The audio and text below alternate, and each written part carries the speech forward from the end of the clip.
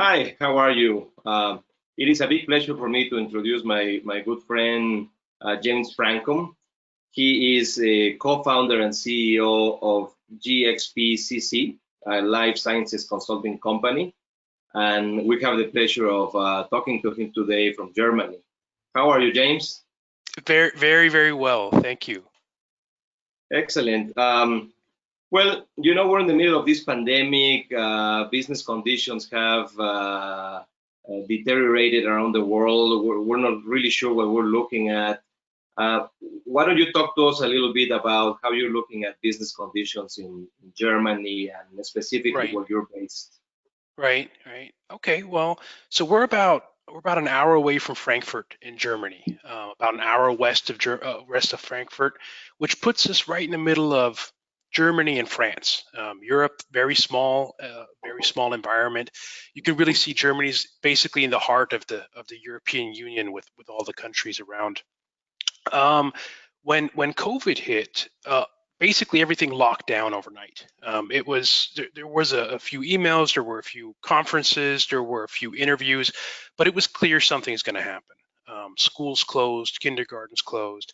A lot of the stores were, you could tell people went into panic buying.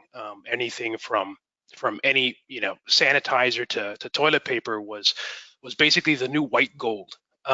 These scenarios have now well, they've gotten a lot better. Let's put it that way. The whole idea was let's flatten the curve. Let's see what we can do. Keep everyone at home. And when we look at some of the business conditions, so what we do is as a professional consulting service, we work within the life science arena. So pharmaceuticals, manufacturing, healthcare provision, masks, basically personal protective equipment. These are the customers that we have. So looking at it from our side, when we work with our customers, the projects haven't really slowed down. They've actually gotten more intense, and we have a lot more requests coming in where customers are saying, can you help us in a remote capacity? Can you help us in a way that we could work um, virtually and set up different services with that? But we have noticed that overall in the consulting industry, it's difficult. Change management consulting, automotive consulting, airplane, things like restaurants and hotels and these types of businesses, when you don't have any more customers, the business needs to adapt. So this is a very interesting dynamic that's happening.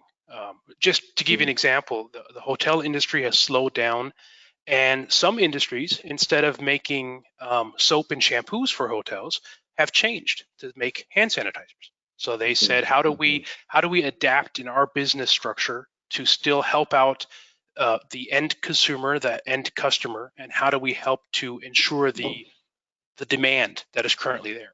Mm-hmm. So it's slowed down, but it has not stopped. Yeah, yeah. James, what is the reading that you guys are getting there from Europe? I mean, I remember, and all this evolved so quickly. I mean, it's hard to believe, but I remember probably mid-February to the last week of February, seeing Hmm. this note in the newspaper about Italy. Hmm. All of a sudden there are a lot of cases in Italy, and then I remember telling some friends, "Wow, this thing is now in Europe." Before it was Right, a China problem. right, And then it turns out Europe has been one of the hardest hit areas in the world. I mean, was that perhaps because Europe, with all the great connectivity that it has to the rest of the world, is probably why the reason the virus spread so quickly? Or what it's is the reading that you guys are getting out of that? right. So when we saw the same things. We saw. I remember coming back from Boston early February and actually seeing some very disturbing scenarios just in the Frankfurt airport where there were Chinese members flying, getting off a flight, and where people were just this whole what is this? And I'm not gonna go close to these people, or I'm not gonna get around this, and because it's a Chinese virus or it's a Chinese sickness, and it was very disturbing in the beginning. I got to tell you that it was very um, strange to kind of see where it was going. And then out of the blue, Italy popped up and said, "Oh, we have a major case here." And then shortly afterwards, Spain did as well. And one of our neighboring countries, Austria, they closed down their borders relatively fast. So when we look at it from a geographical standpoint, Austria shut their doors, and then Germany basically a week later shut out everyone. Basically closed out the whole region and said, okay, we're going to close borders and we're going to enforce all of these things again. This was the first time that this has actually happened in a post-Cold War era. But we have to say, Germany, back in the 80s in Germany, there was always, you had the U.S. side, then you had the Russian side, and you had this center of Germany was really based on a Cold War environment. So there was always a little bit of, we have borders in place, but in the last 30 years, that's actually been a very peaceful location, peaceful environment. And this COVID pandemic, what happened is it caused everyone to kind of fall in this old way and say, okay, we're going to lock down, we're going to nationalize, and we're going to say this is what we can do. And luckily, I have to say that the politicians did a great job of keeping everyone informed. And even though the borders were closed, keeping the help, the assistance, financially, logistically, as well as flying in patients from other countries and saying, you have, at Italy at one point in time, I believe it was 1,000 deaths per day. And Germany actually started flying in patients from high crisis areas in Italy and saying, so not only Germans, but any patient where they said, okay, we have open capacity, let's bring these patients over and let's see if we can help. So it was good to have the social distancing in place. That's one of the things I really liked about the German mindset, the German way of working over here. It's very clear, right? They're very good at following rules. So if the lockdown's in place, right, we're going to lock down. If it's you can't talk to your neighbor, you just wave at the window. But other countries may take offense to that or may say, oh, we don't really want to follow that. So they were very, very well disciplined in locking down. But why did it start in Italy, or why did it spread, or why did it spread in Spain? I'm not quite sure. But it did spread very, very fast there. Well, and I mean, obviously, always the cultural aspect is something interesting to see. I cannot speak for Italy or Spain, but I can tell you here in Mexico, it's been a challenge to have people stay at home. In some cases, because of very valid reasons. We have a relatively large amount of people that live on a day-to-day basis. So if they are not out on the street doing something, they cannot bring money to their house. So they don't want to go into the lockdown.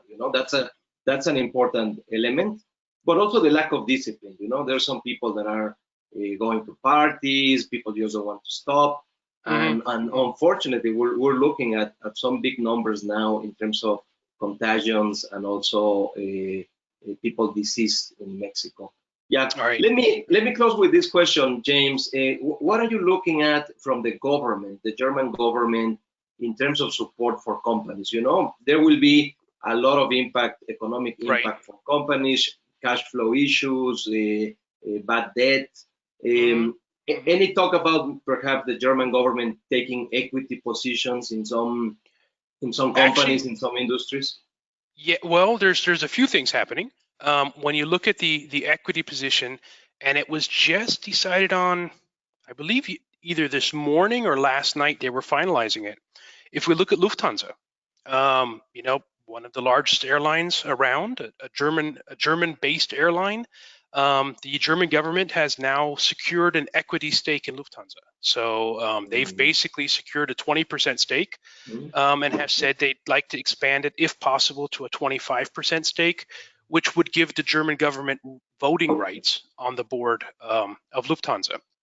And they're doing this for multiple reasons. One, they say we want to ensure a bailout, so we want to make sure that this company doesn't go under.